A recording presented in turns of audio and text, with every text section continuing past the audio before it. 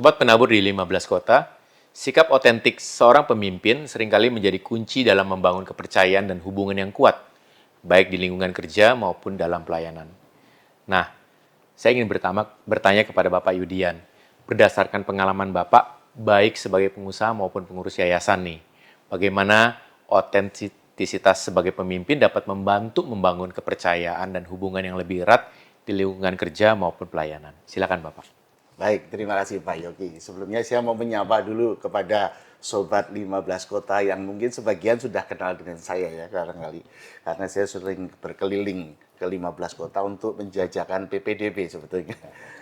Baiklah, kalau tadi ditinjau dari sisi spiritualitas barangkali dengan Pendeta Alex ya, kalau dengan saya mungkin lebih sekuler. Dari sisi dunia usaha, mungkin dari sisi bagaimana selama ini kepengurusan kita di penabur.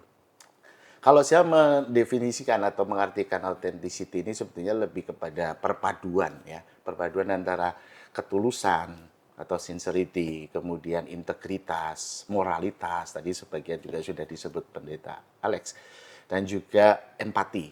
Bagaimana kita bisa ada di dalam satu lingkup organisasi, saya sebut organisasi baik usaha maupun di kepengurusan di penabur, itu adalah kita bisa menunjukkan semuanya dengan hati, dengan satu ketulusan ya, bahwa kita melakukan ini dengan sukacita dan syukur. Sehingga itu bukan dibuat-buat atau ditutup-tutupi atau pretending bahwa kita mampu ya, tapi Tuhan yang memampukan kita. Dan untuk menjadi authenticity tidak perlu harus cerdas menurut saya. Karena kecerdasan itu tidak harus authenticity itu tidak harus dilihat dari seseorang itu pintar atau tidak, tapi ketulusan tadi ya, satu sikap yang autentik ini membuat orang menjadi acceptable di dalam lingkungan organisasinya. Dan sebagai contoh ini misalnya Mother Teresa, apakah kita melihat dia dari sisi kecerdasannya? Kita tidak pernah mengukur IQ-nya Mother Teresa, pintarnya seperti apa. Tapi dengan ekspresi ataupun hal nyata yang ada di dalam dirinya, itu membuat orang semua respect dan accept terhadap lingkungan, bahkan yang di lingkungan yang bukan Katolik atau Kristen. Nah ini ya yang terwujud. Jadi authenticity bukan kesannya dibuat-buat atau hanya untuk pencitraan, tetapi kelihatan bukan hanya dari sekedar liputan atau dia bisa mengekspresikan pidatonya, tetapi dari kegiatan sehari-hari dan apa yang dia bangun dengan organisasinya. Itu dari sisi authenticity. Nah, sebagai satu leader, authentic leadership, itulah yang kita menjadi satu tantangan. Tadi disebutkan oleh Pendeta Alex, ketika kita sebagai leader, bagaimana authenticity ini bisa dibangun. Tadi ada self-awareness, tapi juga yang paling penting bagi saya adalah relational transparansi. Bagaimana kita sebagai pimpinan itu apa adanya ngomong sama anak buahnya, sama timnya, supaya kita sebagai satu tim, kita bergerak menuju satu goals yang bersama dengan keterbukaan. Dan di situ bukan hanya tim saja yang kita perlu bangun, tapi lingkungan pun juga akan menerima kita dengan apa adanya, dengan melihat ketulusan kita, maka mereka akan respect.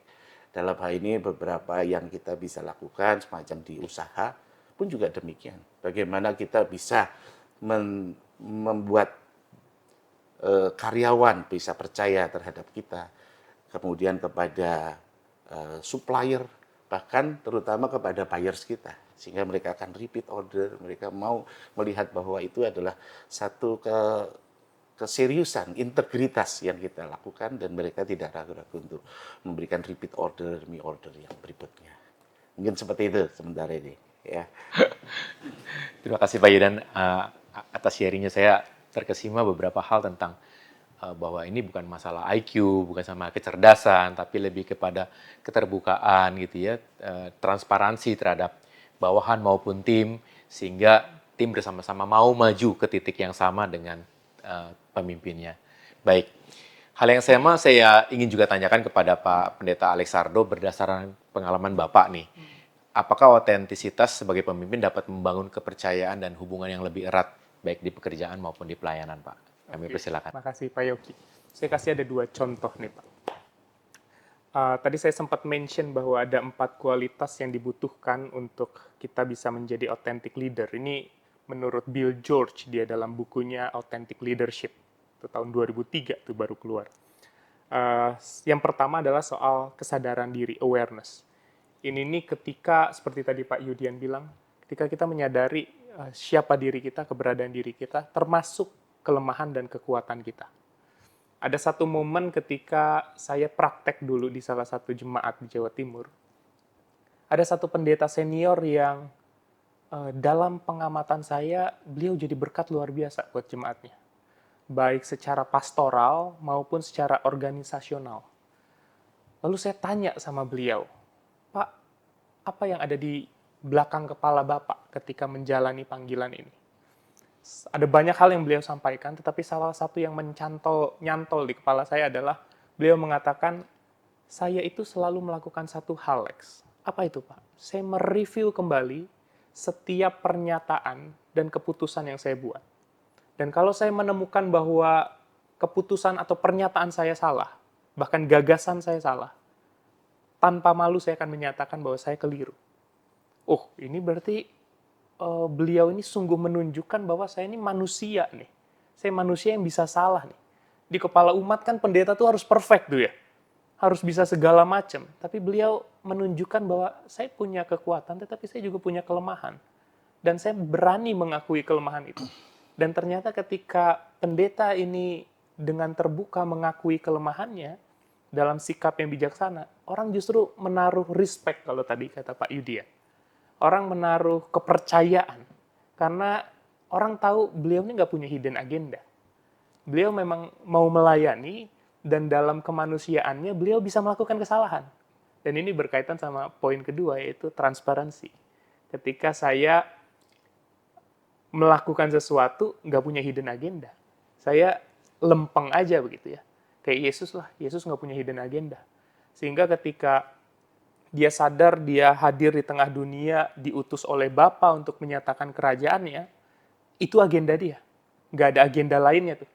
Orang lain menolak. Farisi, orang Yahudi secara umum menolak.